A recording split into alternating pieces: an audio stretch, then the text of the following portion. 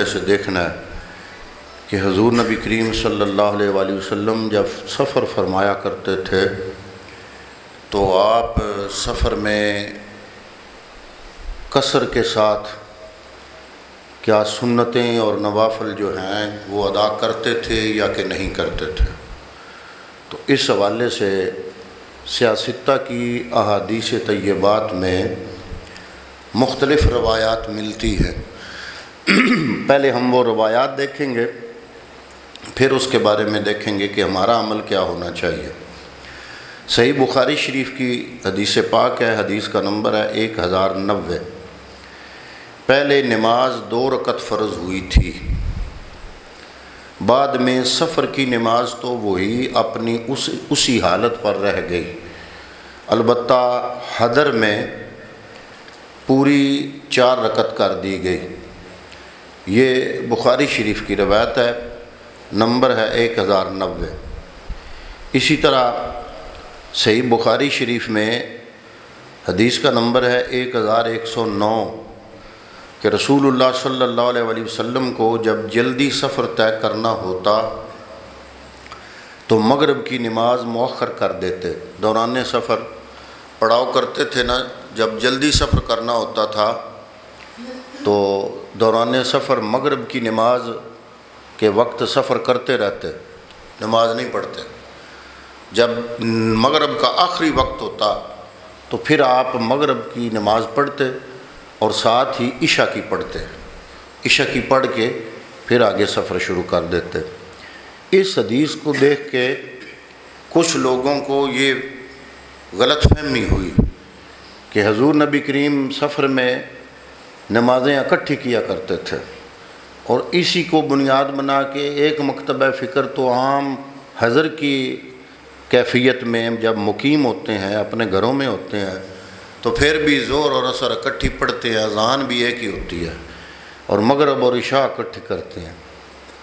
تو حضور نبی کریم کی اس حدیث پاک میں جو اکٹھی کرنے کی کیفیت ہے نا، وہ یہ ہے کہ حقیقی اکٹھی نہیں ہوتی تھی، صوری اکٹھی ہوتی تھی. یعنی صورت اس کی اکٹھی تھی، ہوتی اپنے اپنے وقت پہ تھی کہ مغرب کی پہلے نہیں پڑھتے تھے، بالکل جب آخری وقت ہوتا تھا مغرب کا اس وقت پڑاؤ کرتے، سفر سے پڑاؤ کرتے، اذان دلواتے، نماز پڑھتے، تھوڑا سا توقف فرماتے، پھر عشاء کی نماز ساتھ ہی پڑھ لیتے. تو یہی وہ حدیث پاک ہے کہ رسول اللہ صلی اللہ علیہ وسلم کو جب جلدی سفر طے کرنا ہوتا تو مغرب کی نماز مؤخر کر دیتے، پھر اسے عشاء کے ساتھ ملا کر پڑھتے تھے. سالم نے بیان کیا کہ عبداللہ بن عمر رضی اللہ تعالیٰ عنہما بھی اگر سفر صورت کے ساتھ کرنا چاہتے تو اسی طرح کرتے تھے. مغرب کی تکبیر پہلے کہی جاتی اور آپ 3 رکعت مغرب کی نماز پڑھ کر سلام پھیر دیتے، پھر معمولی توقف کے بعد عشاء کی تکبیر کہی جاتی اور آپ اس کی 2 رکعتیں پڑھ کر سلام پھیر دیتے تھے. اب اگلی بات، دونوں نمازوں کے درمیان 1 رکعت بھی سنت وغیرہ نہ پڑھتے، اور اسی طرح عشاء کے بعد بھی نماز نہیں پڑھتے تھے.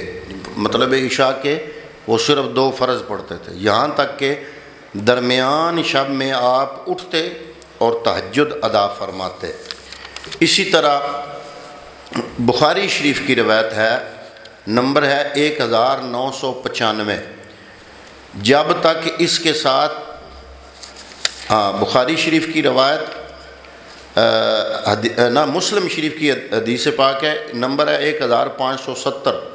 حضرت صالح بن کیسان نے عروہ بن زبیر سے، حضرت عبداللہ ابن زبیر کے بھائی ہیں عروہ بن زبیر، عروہ بن زبیر سے، اور انہوں نے نبی صلی اللہ علیہ وآلہ وسلم کی اہلیہ یعنی ام المومنین حضرت عائشہ صدیقہ رضی اللہ تعالیٰ عنہ سے روایت کی. انہوں نے کہا کہ سفر اور حضر یعنی مقیم ہونے میں بھی نماز 2 رکعت فرض کی گئی تھی، پھر سفر کی نماز پہلی حالت پر قائم رکھی گئی اور حضر کی نماز میں اضافہ کر دیا گیا. حضر کا مطلب حاضر، اپنے گھر میں حاضر مقیم. یہ وہ بخاری شریف کی روایت تھی، یہ مسلم شریف کی روایت ہے. مسلم شریف میں اس کا نمبر ہے 1570. اسی طرح صحیح مسلم شریف میں حدیث کا نمبر ہے 1580. عمر بن محمد نے حفص بن عاصم سے روایت کی، کہا میں بیمار ہوا تو عبداللہ ابن عمر رضی اللہ تعالیٰ عنہ میری عیادت کرنے آئے۔ کہا میں نے ان سے سفر میں سنتیں پڑھنے کے بارے میں سوال کیا۔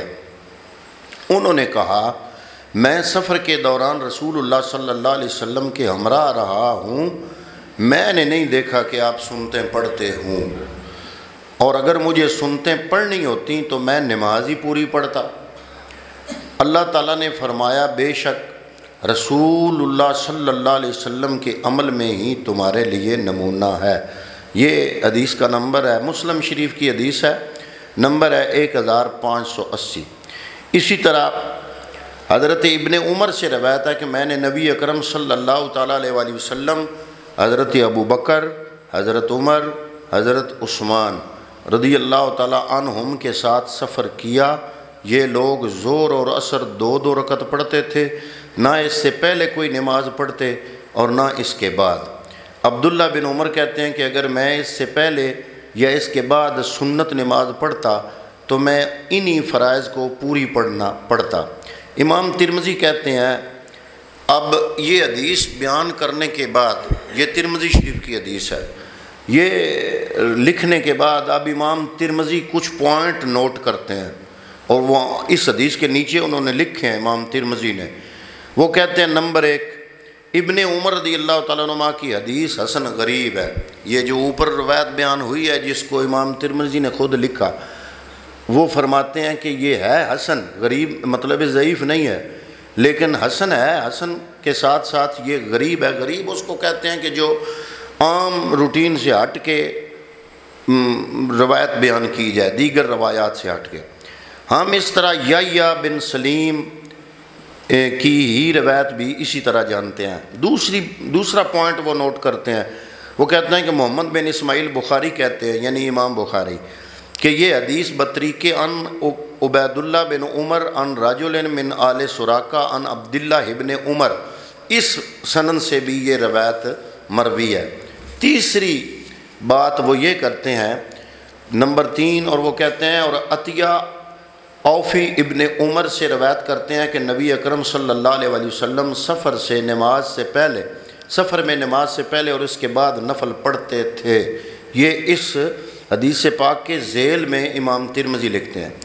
نمبر 4، چوتھا پوائنٹ جو امام ترمذی اس حدیث کے بعد نوٹ کرتے ہیں، وہ کہتے ہیں کہ اس باب میں عمر، علی ابن عباس، حضرت انس، حضرت عمران بن حسین اور حضرت عائشہ رضی اللہ تعالی عنہم سے بھی احادیث آئی ہیں۔ نمبر 5، نبی اکرم صلی اللہ علیہ وآلہ وسلم سے یہ بھی ثابت ہے کہ آپ اور ابو بکر رضی اللہ تعالیٰ عنہ اور عمر رضی اللہ تعالیٰ عنہ سفر میں قصر کرتے تھے، اور عثمان بھی اپنی خلافت میں قصر کرتے تھے۔ چھٹا پوائنٹ امام ترمذی نے اس حدیث کے ذیل میں جو آؤٹ کیا وہ یہ ہے کہ صحابہ اکرام وغیرہ ہم میں سے اکثر اہل علم کا اسی پر عمل ہے۔ نمبر 7، امام ترمذی لکھتے ہیں کہ حضرت عائشہ صدیقہ رضی اللہ تعالیٰ عنہ سے مروی ہے کہ وہ سفر میں نماز پوری پڑھتی تھیں۔ نمبر 8، اور عمل اسی پر ہے جو نبی کریم صلی اللہ تعالیٰ علیہ وآلہ وسلم اور صحابہ کرام سے مروی ہے، تو اس کا نمبر ہے 544۔ اسی طرح سنن نسائی کے اندر حدیث ہے، نمبر ہے 1441۔ حضرت عمر رضی اللہ تعالیٰ عنہ بیان کرتے ہیں کہ جمعہ کی نماز، عید الفطر کی نماز، قربانی یعنی عید الاضحیٰ کی نماز اور سفر کی نماز نبی صلی اللہ علیہ وآلہ وسلم کی زبانی صرف 2 رکعت ہے، اور یہ مکمل ہے اور اس میں کوئی نقص نہیں۔ اسی طرح مسند احمد شریف کی ایک روایت ہے، حدیث کا نمبر ہے 2410۔ حضرت اسامہ بن زید رضی اللہ تعالیٰ عنہ کہتے ہیں کہ میں نے طاؤوس سے سفر میں نفل نماز پڑھنے کے بارے میں سوال کیا، جبکہ حسن بن مسلم بھی وہاں بیٹھے ہوئے تھے، تو حسن بن مسلم نے کہا، اور طاؤوس یہ بات سن رہے تھے کہ ہمیں طاؤوس نے سیدنا عبداللہ بن عباس رضی اللہ تعالیٰ عنہ سے بیان کیا ہے، انہوں نے کہا کہ فرض نماز سے پہلے اور بعد میں نفل نماز سنتیں پڑھنا ہے، اسی طرح سفر میں بھی پہلی اور بعد والی سنتیں پڑھا کرو۔ یہ مسند احمد شریف کی روایت ہے، اور حضرت اسامہ بن زید رضی اللہ تعالیٰ عنہ اس کو روایت فرما رہے ہیں۔ اسی طرح صحیح بخاری شریف کی روایت ہے کہ اس کے علاوہ جو ہے دوسری روایت اسی مسند احمد کے حوالے سے 2415 ہے، وہ فرماتے ہیں یہ دوسری سند ہے، یہی راوی لکھتے ہیں کہ حضرت اسامہ بن زید وہ کہتے ہیں کہ میں ایک سفر میں سیدنا عبداللہ ابن عمر کے ساتھ تھا، انہوں نے ظہر عصر کی 2 رکعتیں ادا کیں، پھر وہ اپنی چٹائی کے لیے کھڑے ہوئے اور یہ دیکھ کر لوگ اس کے بعد نفلی نماز پڑھ رہے ہیں تو پوچھا یہ لوگ کیا کر رہے ہیں؟ میں نے کہا نوافل پڑھ رہے ہیں۔ انہوں نے کہا اگر میں نے فرض نمازوں سے پہلے یا بعد میں کوئی نفل نماز پڑھنی ہوتی تو فرائض کوئی میں پورا پڑھ لیتا۔ میں نبی کریم صلی اللہ علیہ وآلہ وسلم کی وفات تک ان کی صحبت میں رہا، آپ صلی اللہ علیہ وآلہ وسلم 2 رکعتوں سے زیادہ نہیں پڑھتے تھے، پھر سیدنا ابو بکر کی وفات تک ان کے ساتھ رہا، وہ بھی 2 رکعتوں سے زیادہ نہیں پڑھتے تھے، پھر سیدنا عمر، پھر سیدنا عثمان رضی اللہ تعالیٰ عنہ بھی ایسا ہی کیا کرتے تھے۔ یہ روایت مسند احمد شریف میں حدیث کا نمبر ہے 2415۔ اب 2 قسم کی روایات آپ کے سامنے پیش کی اور دونوں قسم کی احادیث میں موجود ہیں۔ ایک تو یہ ہے کہ سفر کے اندر وہ صرف فرض پڑھتے تھے، سنتے اور نفل نہیں پڑھتے تھے، اور ایک یہ ہے کہ کچھ صحابہ سے مروی ہے کہ وہ سفر میں فرضوں کے ساتھ ساتھ، فرض تو ظاہر ہے 2 ہی پڑھنے ہوتے ہیں سفر میں، تو اس کے ساتھ وہ سنت اور نفل پڑھتے تھے۔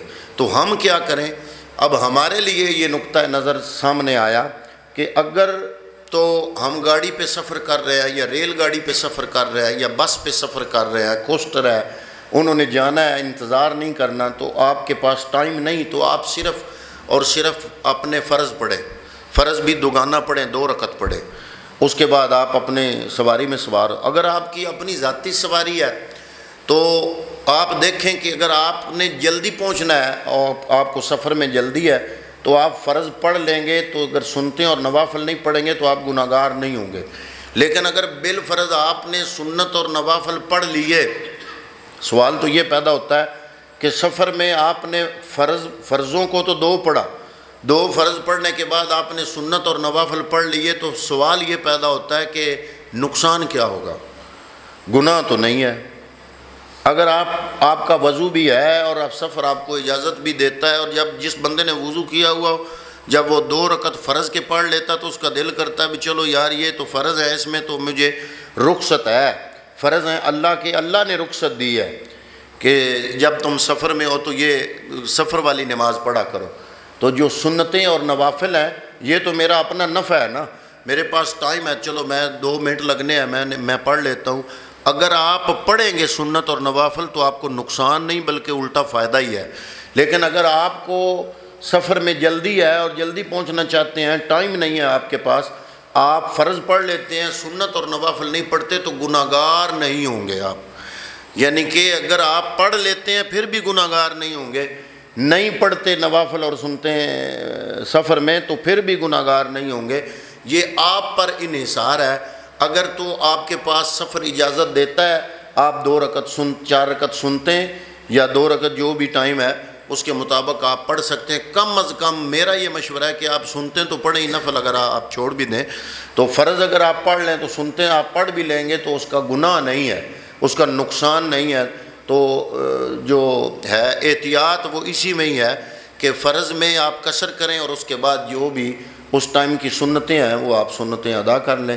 دعا ہے کہ اللہ رب العالمین ہمیں صحیح دین کے مسائل سمجھنے اور اس پر عمل کرنے کی توفیق عطا فرمائے۔